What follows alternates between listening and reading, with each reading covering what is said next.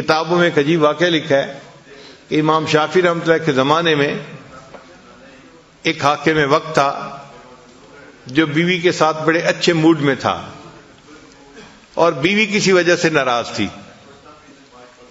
اب یہ جتنا قریب ہونے کی کوشش کرتا وہ اتنا پیچھا دھکیلتی تھی۔ اب ادھر سے اصرار اور ادھر سے انکار۔ خیر کچھ دیر یہ محبت پیار کا اظہار کرتا رہا، لیکن بیوی چونکہ بالکل ہی رد کرتی رہی، انکار کرتی رہی، تو اس نے تھوڑا اس کے ساتھ سختی کر دی۔ انسان جذبات میں ہوتا ہے تو پھر سختی کر لیتا ہے۔ جب اس نے سختی کی نا تو وہ تو پہلے ہی غصے میں تھی، اس نے غصے میں کہہ دیا دوزخی پیچھے ہٹ۔ اب جب اس نے یہ کہہ دیا دوزخی پیچھے ہٹ تو اس کو غصہ چڑھ گیا، حاکم وقت سے آخر۔ اس نے جواب میں کہہ دیا اگر میں دوزخی ہوں تو تجھے میری طرف سے 3 طلاق ہے۔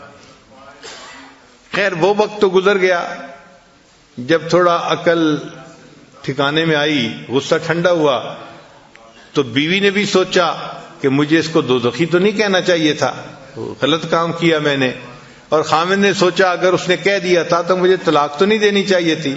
دونوں نے اپنی اپنی غلطی کا اعتراف کیا، مگر مسئلہ یہ تھا کہ طلاق واقع ہوئی ہے یا نہیں ہوئی۔ اب یہ مشروط طلاق تھی کہ اگر میں دوزخی تو تجھے 3 طلاق، تو کنڈیشنل طلاق تھی۔ اب فیصلہ کون کرے کہ تم جنتی ہو یا جہنمی ہو؟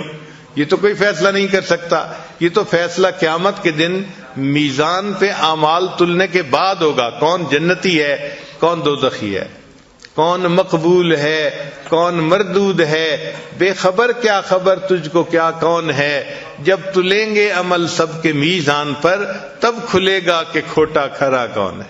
یہ کھوٹے کھرے کا تو پتہ قیامت کے دن جا کے چلے گا، اس سے پہلے تو نہیں چلتا۔ اب جس عالم سے وہ جا کے مسئلہ پوچھتے وہ عالم کہتا بھئی میں تو نہیں اس کا جواب دے سکتا، حتیٰ کہ یہ بات ٹاک آف دی ٹاؤن بن گئی، ہر بندے کی زبان پہ یہی مسئلہ کہ جی ایسا واقعہ پیش آیا ہے اور کوئی عالم اس کا جواب نہیں دے رہا۔ امام شافعی رحمۃ اللہ لڑکے تھے اس وقت، چھوٹی عمر تھی، آپ نے بات سنی تو آپ نے فرمایا کہ ہاں میں اس مسئلے کا جواب دے سکتا ہوں۔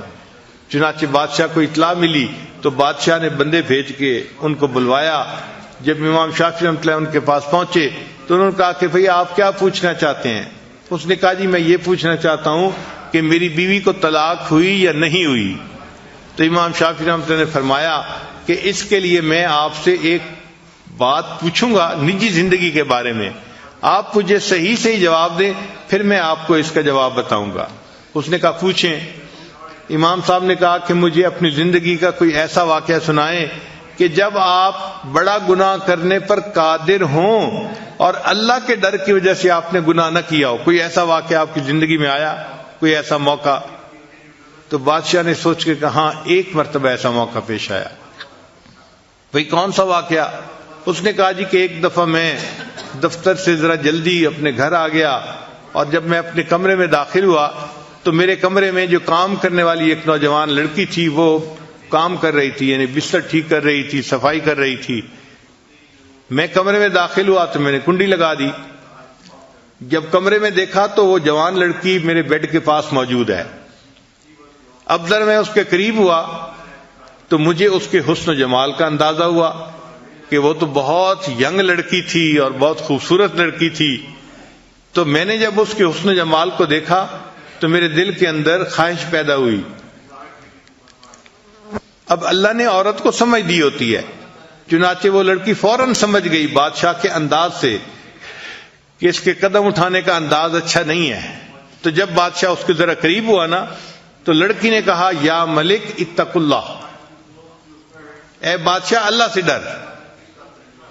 کہتے کہ جب اس نے یہ الفاظ کہے تو میرے دل پر ان الفاظ کا ایسا اثر ہوا کہ میں نے اس کو کہا کہ اچھا تم یہاں سے چلی جاؤ، میں تمہیں ہاتھ بھی نہیں لگاتا۔ چنانچہ وہ لڑکی جو تھی تقیہ نقیہ تھی، پاک صاف تھی، وہ وہاں سے چلی گئی، اور بادشاہ جو تھا اس نے اپنا کمرہ پھر لاک کر لیا، اپنا کام کر لیا۔ کہنے لگا کہ یہ ایک ایسا موقع تھا، اگر میں اس لڑکی کے ساتھ بدکاری کرنا چاہتا تو کوئی مجھے پوچھنے والا نہیں تھا، چونکہ میں بادشاہ تھا۔ میرے پاس موقع تھا، پھر تنہائی تھی، پھر میں نے کمرہ لاک بھی کر لیا تھا، مگر اللہ کے ڈر سے میں نے اس گناہ کو چھوڑ دیا۔ یہ ایک ایسا موقع آیا ہے کہ میں نے ایک گناہ کو اللہ کی رضا کے لیے چھوڑا۔ تو جب اس نے یہ واقعہ سنایا تو امام شافعی رحمۃ اللہ نے فرمایا کہ ہاں میں فتویٰ دیتا ہوں کہ تو جنتی ہے اور تیری بیوی کو طلاق نہیں ہوئی۔ اب یہ بات جب باہر نکلی تو علماء حیران کہ بھئی یہ فتویٰ کیسے انہوں نے دے دیا گیا، یہ کون بندہ ہے جو جنت کی ٹکٹیں بیچ رہا ہے، جنت کی ٹکٹیں الاٹ کر رہا ہے، یہ کون ہے؟ تو امام شافعی رحمۃ اللہ سے پوچھا گیا، ان کا دیکھو بھئی یہ فتویٰ میں نے نہیں دیا، یہ فتویٰ قرآن پاک میں خود اللہ تعالیٰ نے عطا فرمایا ہے۔ انہوں نے پوچھا کون سا؟ انہوں نے آیت پڑھی وَأَمَّا مَنْ خَافَ مَقَامَ رَبِّهِ، اور جو بندہ اپنے رب کے سامنے کھڑے ہونے سے ڈر گیا، وَنَهَى النَّفْسَ عَنِ الْهَوَىٰ، اور اس نے اپنے نفس کو خواہشات میں پڑنے سے روک لیا، فَإِنَّ الْجَنَّةَ هِيَ الْمَأْوَىٰ، اس کا ٹھکانہ جنت ہے۔ تو قرآن فیصلہ دے رہا ہے کہ اس کا ٹھکانہ جنت ہے۔ جب وہ جنتی ہے تو اس کا مطلب ہے اس کو طلاق نہیں ہوئی اس کی بیوی کو۔ تو بات ایسی ہے، اگر ہم اپنی خواہشات نفسانی کو روکیں گے، اس کے بدلے اللہ تعالی ہمیں اپنی رضا عطا فرمائیں گے، ہمیں جنت عطا فرمائیں گے۔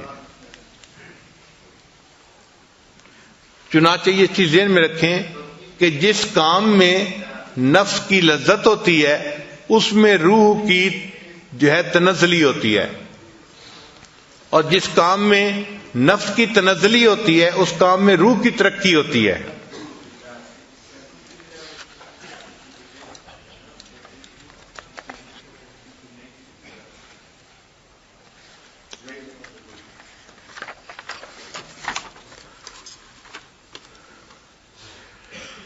چنانچہ جس کام سے نفس کے اوپر چوٹ پڑتی ہے اس کام سے انسان کو روحانی ترقی نصیب ہوتی ہے، اور جس چیز سے نفس کو لذتیں مل رہی ہوتی ہیں اس سے انسان کی روحانی تنزلی ہوتی ہے۔ کہتے ہیں کہ حضرت بایزید بسطامی رحمۃ اللہ کو ایک مرتبہ خواب میں اللہ تعالیٰ کی زیارت نصیب ہوئی۔ خواب میں زیارت کا نصیب ہونا یہ ممکن ہے، بزرگوں نے لکھا ہے کتابوں میں۔ تو انہوں نے اللہ سے پوچھا، اے اللہ کیف اصل الیک، میں آپ تک کیسے پہنچ سکتا ہوں، میں آپ تک پہنچنا چاہتا ہوں، اے اللہ میں آپ تک کیسے پہنچ سکتا ہوں؟ تو رب کریم نے آگے سے جواب دیا، اے میرے پیارے دع نفسک وتعال، تو اپنے نفس کو چھوڑ دے اور میرے تک آ جا۔ اس لیے بایزید بسطامی رحمۃ اللہ فرمایا کرتے تھے کہ جنت 2 قدم ہے۔ اکثر محفلوں میں فرماتے تھے جنت 2 قدم ہے، جنت 2 قدم ہے۔ تو کسی نے کہا کہ حضرت آپ کیسے کہتے ہیں کہ جنت 2 قدم ہے؟ آپ نے فرمایا پہلا قدم اپنے نفس پہ رکھ لو، تمہارا دوسرا قدم جنت پہ پہنچ جائے گا۔ تو پہلا قدم نفس پہ رکھنا پڑتا ہے تب نفس مرتا ہے، ورنہ نہیں نفس مرتا۔ اور یہ ذہن میں رکھنا کہ ہمارا بدترین دشمن وہ ہمارا اپنا نفس ہے۔ حدیث پاک ہے اعداء عدوک نفسک التی بین جنبیک، کہ تم اپنے نفس سے دشمنی رکھو، وہ نفس جو تمہارے جو ہے وہ پہلو کے درمیان میں ہے، وہ تمہارا سب سے بڑا دشمن ہے۔ ہم اپنے نفس کو پالنے میں لگے ہوتے ہیں اور نفس ہمیں جہنم میں دھکے دینے میں لگا ہوتا ہے۔